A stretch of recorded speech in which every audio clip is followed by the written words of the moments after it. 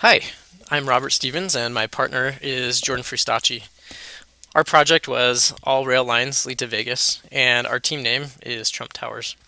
The objective of this project was to create a map atlas that would show 16 different potential options for a least cost path from Salt Lake City, Utah to Las Vegas, Nevada. That's why here on the screen we've got a picture of the Salt Lake Temple and a picture of Trump Towers. The first step in the project for us was to gather all the data that we needed. We'll take a look here at the map and just real briefly step through some of the data that we collected.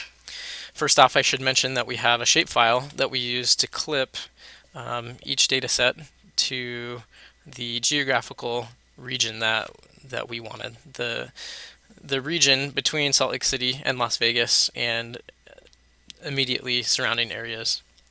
The first shapefile that we have here is a highways file that has been clipped to that region.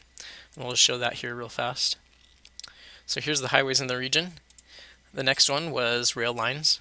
We wanted to take a look at existing rail lines so that we could use that as a parameter in our model.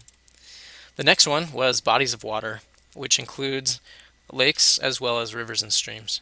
And we'll just show that real fast here.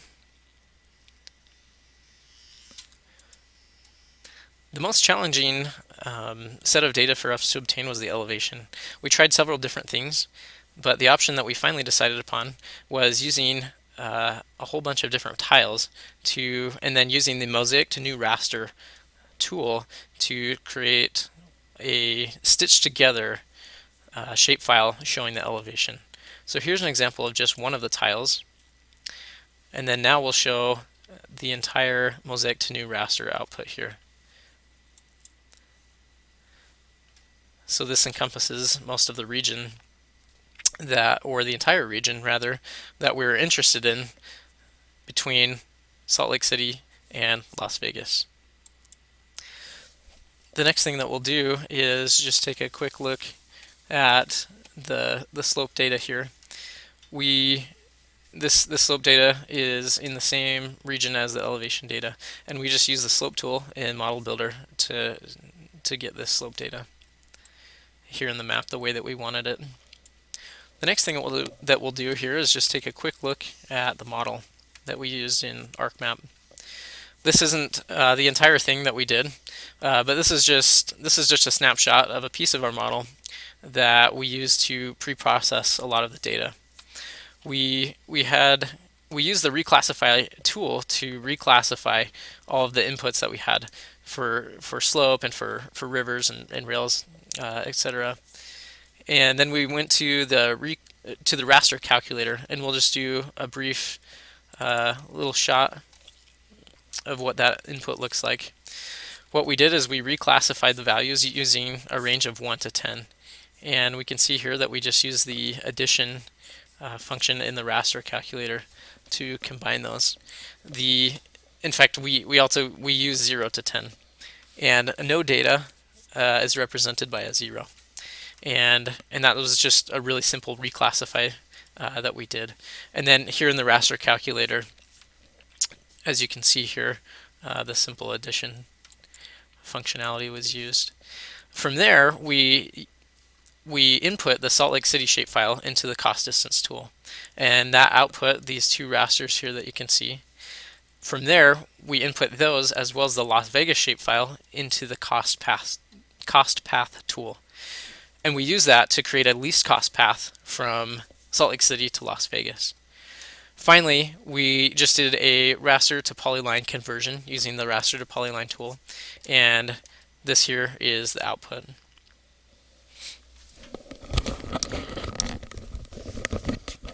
Okay, and so it was important for us to use this model builder to create an output, and so now we can see if we turn on these layers and then we go to the layout view. So in the Python code, as Robert was saying, we wanted to create 16 optimal routes between Salt Lake City and Las Vegas for rail lines.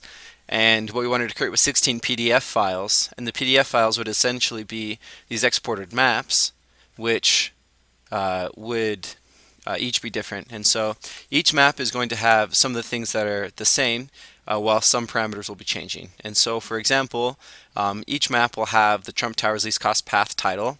It'll have the legend will look the exact same. The labels of the two cities will be the exact same. The north arrow, the scale bar will be all the same. And this whole box, excluding the numbers, will all be the same. Now, the things that change in this will, of course, be the actual least cost path, which we don't need to do anything to that. Once the code runs, it'll update that on its own. But things that will need to be updated are, for example, these text boxes right here for the weighted values, and then the name of the map itself. Okay, so this was the output from the model builder model, and so now we're going to see what happens when we use Python to create this. Okay, so here's our Python script, and so the first thing that we did for our Python script is because we want 16 different least cost paths, we have to assign different values to each parameter. So as we can see here, there's 5 different parameters that we used: rivers, lakes, highways, railways, and then slope data. And so we have, for each parameter, we have a different value, valued 1 to 30, with 1 being kind of the least cost, 30 being the most expensive. So for example, for the first iteration, we have a 30 for the rivers and a 1 for everything else. And so what this would mean is that in this case, rivers is going to become a lot more expensive than any of the other parameters. Whereas if we go to maybe this iteration right here, we have 30 for all of them but the rivers. And so in this case, it's going to be that it's going to try the Python script is going to write it so that rivers, that the path is created as close as it can to be to rivers, because it will want to avoid lakes, highways, railways, and a lot of change in slope. And so these values were inputted at random by us, and so the user would need to come in and change these values to get different outputs. So these are the multipliers that will be used in the raster calculator. Then what we also had to do was have a name for each map. And so here are the descriptors for each map. So we have Utah Sucks, Coach 80K, Go Cougars, Go Steelers, Go Yankees, Go Lakers, Jazz Suck, Ravens Suck, Class of Cincinnati, BYU to Big 12, Go Broncos, Everybody Hates Patriots, Sarva, Cosmo, Guthrie, and Schultz. So as you can see, the writers of the script were very unbiased and do not have any opinion about any of this stuff. Okay, so the first thing when we were writing this script is we had to create working folders. So our regular folder was, this is where we stored all of our data. So this is going to be where we put all of our reclassed data from the rivers, lakes, highways, railways, slope, as Robert was saying earlier. And then our folder B is where we want to put all of the PDFs in. And so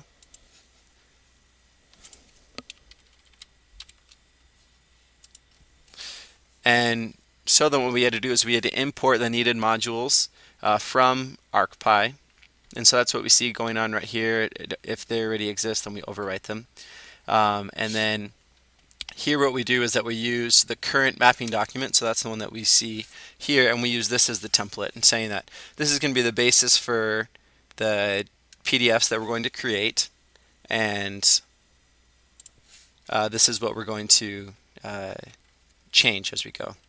Okay, and so this is, we create a PDF path for the atlas, and then what we do is that this does it so that if the atlas file already exists, it goes through and it deletes it. Okay, and then it creates the PDF. Okay, and so what we did next is we set our local variables. So as Robert was saying, we had all of these different rasters in there, and so what we also had to do was create a Salt Lake City shapefile, which is right here, and our Las Vegas shapefile, and this was the start point for the least cost path, and then this was the end point for the least cost path. And the DEM was our elevation data. The reclassed rivers, that was the reclassed river when we made it 1 to 10. So all these were reclassed to be 1 to 10, so then we could input into the raster calculator. And so these are all variables that were then used in the raster calculator. The cost raster was an output from the model builder, and so that's what it is. Same thing with the backlink and the cost distance. Okay, and so when writing this code, as we said before, we wanted 16 different least cost paths, and so we did the loop through the iteration. So we had for I in range, and we went from 0 to 16. And when we did that, we had a raster calculator, so really similar to what we did in Model Builder. But what we did though is that we used those multipliers that I talked about before right here. And so for example, for the first iteration, it would multiply 30 by the rivers and then 1 times everything else. And then it adds them all up similar to our raster calculator in the Model Builder. And then the output from that is going to be the cost distance. So then it uses the cost distance tool and the cost path tool. And so in the cost distance, we have our Salt Lake City, our cost raster, and the backlink. And then the cost path, we have our Las Vegas and the backlink and the other files as well. And so as Robert was saying before, this cost path, the output is a raster, and so we want to create a raster to polyline, and that's what this tool does right here. So as I was saying before, we want to update the PDF as it goes, and so here we go. And so we can see right here, here's just an example. So we have this, here's the label of the map, and the element name is text. And so if we go to the script, the element name here is also text. So we just need to make sure that this matches.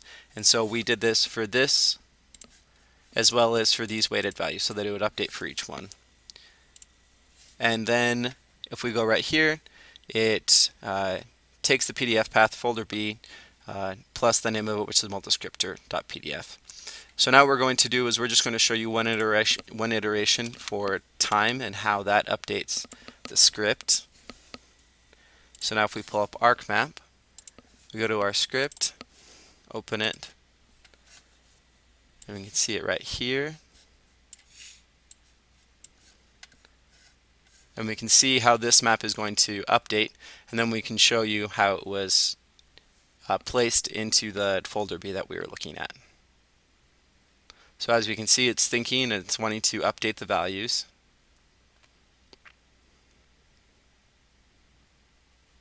Okay, and so now it is updated.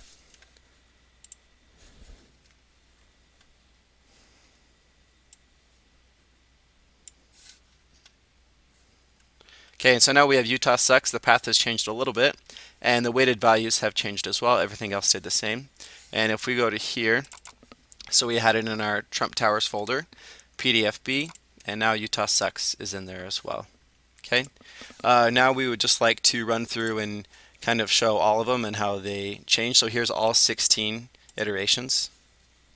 Okay, so there's our first one, BYU to Big 12. Then we have Classless Cincinnati. Then we have Coach 80K, Cosmo, Everybody Hates Patriots, Go Broncos, Go Cougars, Go Lakers. So as you can see, some of them changed this one because of the values on it. It really wanted to avoid railways and highways, and so it avoided I-15 and some of the railways and instead went through Utah Lake, surprisingly. Go Steelers, Go Yankees, which as we can see here, they wanted to avoid slope, and so instead it went along I-15 and some of the rail lines as well. Guthrie, Jazz suck, Ravens suck, Sarva, Schultz, and okay. And so this was our project. We hope you enjoyed it. Feel free to leave any comments that you have of how it could be improved or what you liked in the comments. Thank you so much.